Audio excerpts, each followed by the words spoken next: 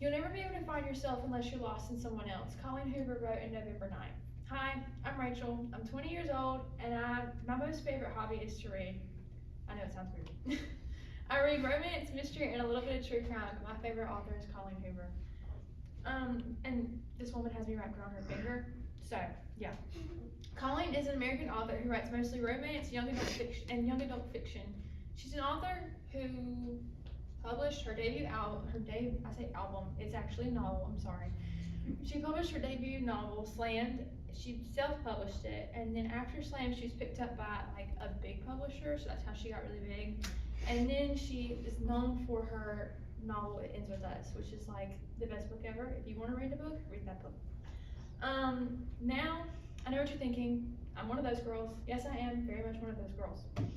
I hated reading when I was younger. It was the worst thing I ever did. Throughout high school, it got so much worse. I was addicted to my phone, constantly on it. I'm pretty sure my screen time was like 10 hours. And then last summer, I was just scrolling through TikTok because I was addicted to it. And I saw like one of those little like poetry pages, and it quoted a line from this book called Verity.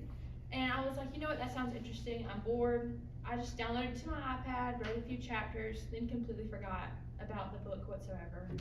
And then me and my family were going to the beach like a few months later, and I was so bored of watching Vampire Diaries, I decided to open up the book, and I started reading it, loved it, read it for the entire 7-hour trip, which is kind of weird. But that's just how like I fell back in love with reading. Like I didn't really fall back in love, I just kind of fell in love with it again. And then for me now, like when I read, it's like watching my own private movie in my head. So like I have Netflix in my head.